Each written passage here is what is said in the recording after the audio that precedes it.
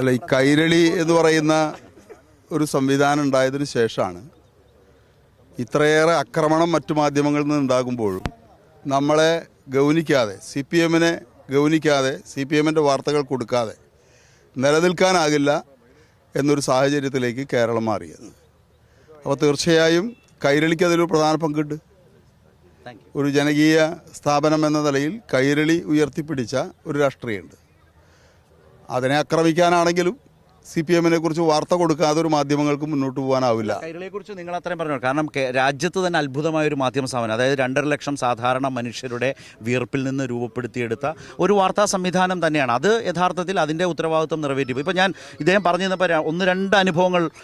ഇപ്പോൾ ആരോഗ്യമന്ത്രിയുടെ ഓഫീസിന് നേരെ ഒരു വലിയ കൈക്കൂലി ആരോപണം എന്ന നിലയിൽ വന്നു. യഥാർത്ഥത്തിൽ അത് വന്ന് ഏതാണ്ട് ഒരു മണിക്കൂറിനകം തന്നെ ഇതൊരു കെട്ടുകഥയാണ്, കളവാണ്, വ്യാജമാണ് എന്ന് ദൃശ്യങ്ങൾ സഹിതം വന്ന് പൊതുസമൂഹത്തോട് ആദ്യം വിളിച്ചു പറഞ്ഞത് കൈരളിയാണ്. അങ്ങനെ ഒട്ടേറെ സംഭവങ്ങളിൽ, ഒട്ടേറെ വിഷയങ്ങളിൽ, ഇപ്പോൾ വയനാട്ടിലെ DCC ട്രഷറുടെയും മകൻ്റെയും മരണവുമായി ബന്ധപ്പെട്ട കാര്യങ്ങളിൽ മാധ്യമങ്ങൾ കാണിച്ച ഒരു സാധാരണ കൊടുക്കേണ്ട ഒരു പരിഗണന കൊടുക്കാതിരുന്ന ഘട്ടത്തിൽ അതുമായി ബന്ധപ്പെട്ട അന്വേഷണങ്ങളിലേക്ക് അതിൻ്റെ വിവരങ്ങൾ പുറത്തു കൊണ്ടുവന്നത്, അതിൽ നിന്നൊരു അന്വേഷണത്തിലേക്ക് പോകാൻ തന്നെ സംവിധാനത്തെ പ്രേരിപ്പിക്കും വിധത്തിലേക്ക് അതിൻ്റെ നിരവധിയായ വാർത്തകൾ. അതുപോലെ മലയോര ജനതയുടെ ഇപ്പോഴത്തെ ജീവിതവുമായി ബന്ധപ്പെട്ട വന്യജീവി പ്രശ്നങ്ങൾ, അങ്ങനെ ഓരോന്ന്. ഇപ്പം ഈ സുഹൃത്ത് പറഞ്ഞതുകൊണ്ട് പറഞ്ഞാണ് ആ കമ്മിറ്റ്മെൻറ്റോടെ ജനങ്ങൾക്ക് വേണ്ടി. കാരണം കേവല ഈ പറഞ്ഞതുപോലത്തെ കുറേ ജനകമായ വിവാദ വാർത്തകൾക്കപ്പുറം വസ്തുത കുറേ കൂടി അറിയണം എന്ന നിലയിൽ നിന്നുകൊണ്ടുള്ളൊരു ഫൈറ്റ് തന്നെയാണ്. യഥാർത്ഥത്തിൽ ഒരു ഫൈറ്റ് തന്നെയാണ്. നിങ്ങൾ കൂടെ ഉണ്ട് എന്നുള്ളതാണ് അതിൻ്റെ ഒരു വലിയ സന്തോഷം.